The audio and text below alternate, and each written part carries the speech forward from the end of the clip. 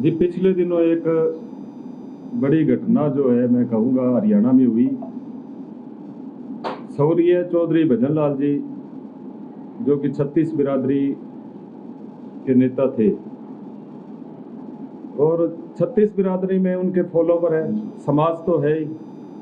तो जो पूर्व मुख्यमंत्री खट्टर साहब ने जो चौधरी भजन लाल जी पे कीचड़ उछालने का काम किया हिसार की एक रैली में, उससे समाज भी आहत हुआ और उनके फॉलोवर भी आहत हुए और मुझे भी बड़ा धक्का लगा। मैं बहुत आहत हुआ इस बात से कि एक पूर्व मुख्यमंत्री जिनकी सरकार है, भजन लाल जी जो 12 वर्ष तक मुख्यमंत्री रहे देश के, हरियाणा के, और उन्होंने कार्य किए होंगे तभी उनको वोट मिलते रहे। तो और दिवंगत है, तो उनके ऊपर जो भद्दी टिप्पणी की गई, कीचड़ उछाला गया, उसने मुझे याद किया और फिर मैंने ये फैसला किया कि मैं इस पार्टी को छोड़ूंगा। और उस पार्टी में मैंने प्रीफर किया जिस पार्टी ने चौधरी भजन लाल जी को हमेशा सम्मान दिया, उन्हें मुख्यमंत्री 12 वर्ष तक मुख्यमंत्री बनाया और हिसार से चौधरी भजन लाल जी परिवार को हमेशा कांग्रेस पार्टी ने प्रतिनिधित्व देने के लिए एमपी की सीट देते थे। और आज भी कांग्रेस पार्टी के मुख्यालय में चौधरी भजन लाल जी का फोटो लगा हुआ है, जबकि बीजेपी मुख्यालय में चौधरी भजन लाल जी का फोटो नहीं लगाया हुआ है। जबकि उनकी विरासत संभाल रहे चौधरी भजन लाल जी के, जो अपने आप को समाज के भी नुमाइंदे कहते हैं, वो बीजेपी पार्टी में हैं। और बड़ा दुख हुआ कि उन्होंने एक शब्द तक नहीं बोला खट्टर साहब के इस बयान पे। इसलिए मैंने फैसला किया कि कांग्रेस पार्टी को ज्वाइन किया जाए। लंबा संघर्ष सर आपका रहा, चौधरी भजन लाल के साथ जुड़े रहे आप, भाजपा पार्टी बनी, इसमें गए, अब कुलदीप जी तो बीजेपी में और आपने कांग्रेस ज्वाइन कर दी, तो उन्होंने क्यों नहीं छोड़ी पार्टी की टिप्पणी की गई? ये एक बड़ा सवाल है, ये एक बड़ा सवाल है, हमारे मन में भी है कि चौधरी भजन लाल जी की विरासत वो संभालने का काम कर रही है और उन्होंने कांग्रेस पार्टी छोड़ करके नई पार्टी हस्का का निर्माण किया था और गठबंधन हुआ था बीजेपी के साथ, लेकिन बीजेपी ने गठबंधन धर्म उस वक्त नहीं निभाया था। 45 सीटों पर फैसला हुआ था। उस वक्त भी बीजेपी ने चौधरी भजन लाल जी की विरासत संभाले कुलदीप बिश्नोई की पीठ में छुरा घोंपा था। वो कांग्रेस पार्टी में आई, लेकिन क्या ऐसे कारण हुए कि वो कांग्रेस पार्टी फिर से छोड़ करके अपनी सीट भी, एमएलए थे आदमपुर से, और वो बीजेपी में शामिल हो गए। और बीजेपी में शामिल किन कारणों से हुए वो तो अब उनको पता है। कहा गया था कि भव्या जी को मंत्री बनाएंगे, लेकिन 1.5 साल हो चुका है, उन्हें मंत्री नहीं बनाया। फिर कहा गया कि एमपी सीट जो है हिसार से दी जाएगी, वो सीट उन्हें नहीं दी गई। और उससे बड़ा जो ब्लंडर बीजेपी ने किया, जो ब्लंडर मैं मानता हूँ बहुत बड़ा ब्लंडर, जिससे समाज को ठेस पहुंची और चौधरी भजन लाल जी की आत्मा को भी कितनी पीड़ा हुई होगी। तो अभी ये क्या फैसला चौधरी कुलदीप बिश्नोई जी ने लिया, ये समझ से परे यार। आज वो चुप है, इस बात का बहुत बड़ा दुख है। क्यों नहीं छोड़ रहे हैं वो भी? कांग्रेस ज्वाइन करने से पहले कुलदीप जी से या चौधरी जोड़ाराम जी से बात हुई है कि मैं अभी कांग्रेस में जा रहा हूँ? नहीं, उनसे बात नहीं हुई थी, क्योंकि पिछले 1.5 साल से कुछ गंभीर बातें चल रही थी, क्योंकि वो जनहित के काम के लिए नहीं बोल रहे थे। क्योंकि जब पार्टी भी बनाई थी हजका, तो जनहित नाम था, भाई जनहित कार्यों के लिए पार्टी बनाई थी।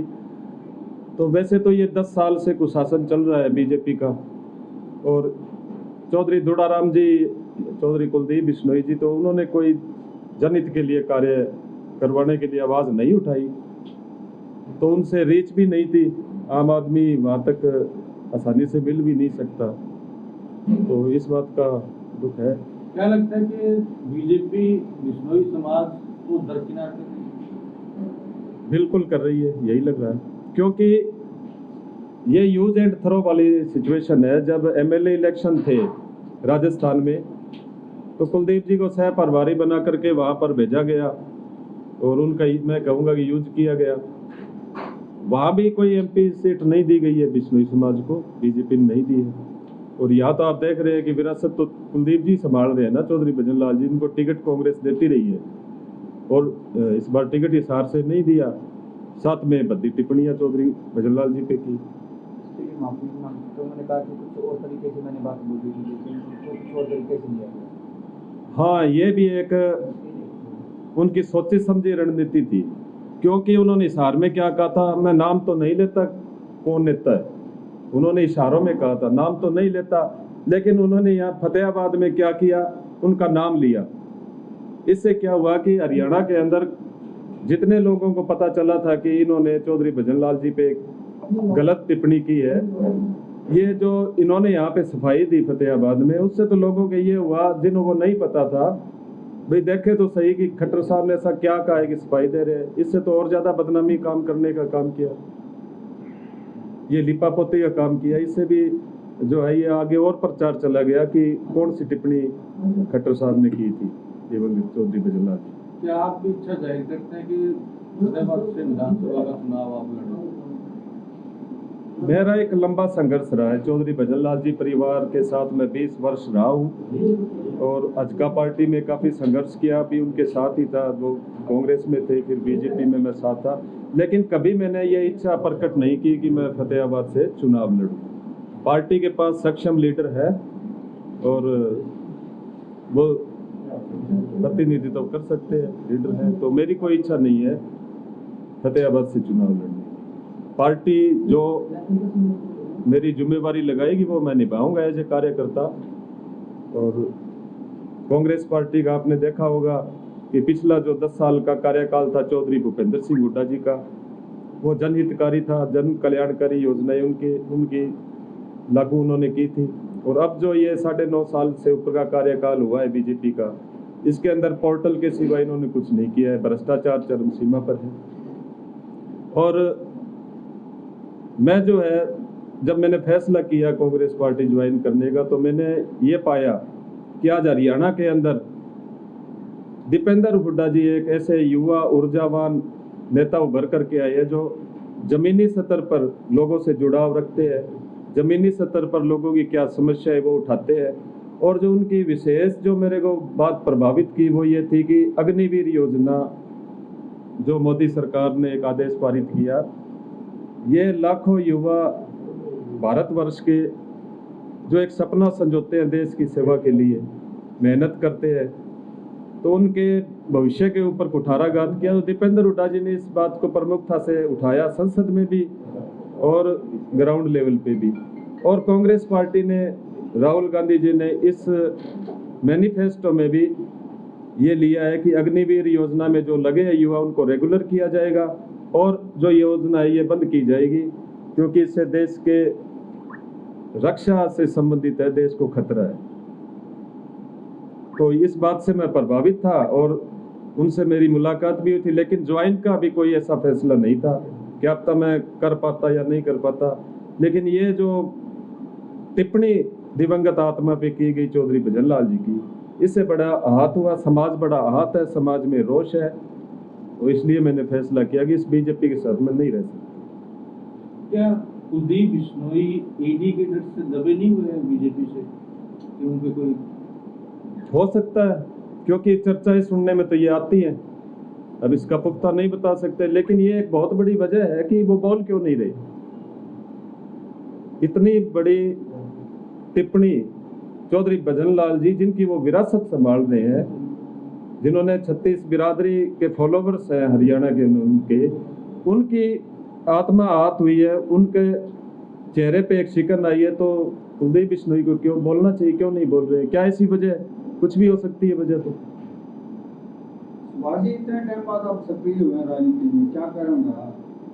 मैं सक्रिय तो था, क्योंकि उस वक्त क्या था, जब अजका पार्टी बनी थी उस टाइम में संघर्ष ग्राउंड लेवल पे करना पड़ता था, और 7-8 साल तक पार्टी चली। तो हमने, क्योंकि पार्टी नई पार्टी बनती है तो उसका उठान जो है, कार्यकर्ता सड़कों पे आए, जनता की आवाज़ उठाए, तो उस वक्त मैं ज़्यादा सक्रिय दिखाई दिया।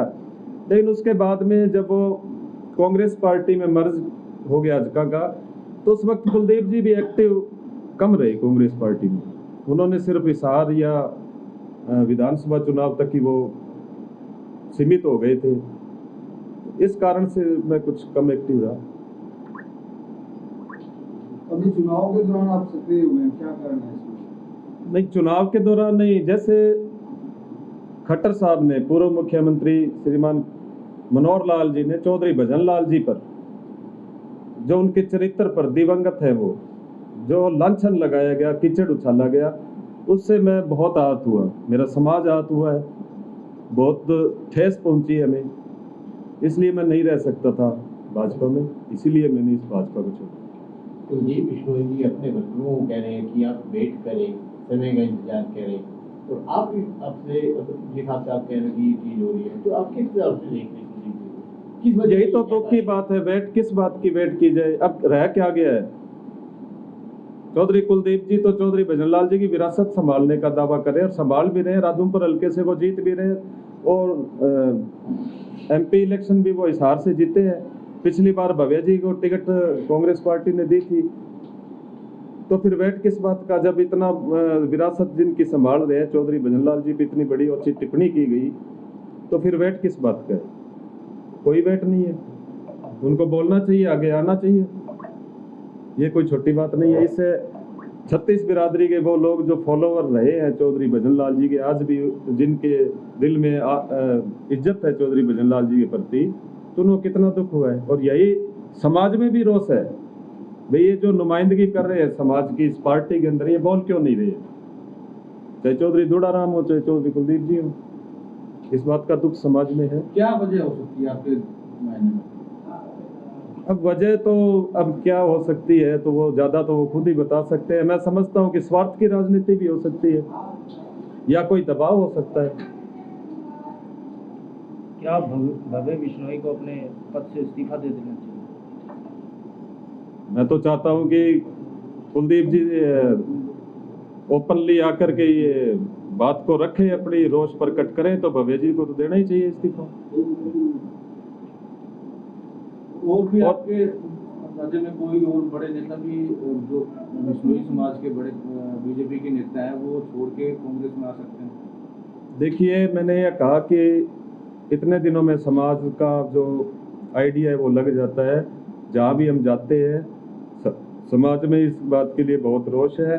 आने वाले टाइम में चाहे कुलदीप जी रहे बीजेपी में, लेकिन समाज बीजेपी को वोट नहीं देगा, ऐसे संकेत आ चुके हैं। और ना ही कुलदीप जी कह सकते हैं राधुमपुर हल्के में या अपने फॉलोवर्स को कि आप वोट बीजेपी को दो, क्योंकि कुलदीप जी को इस बात का पता है कि उनकी अब मानने वाले नहीं है।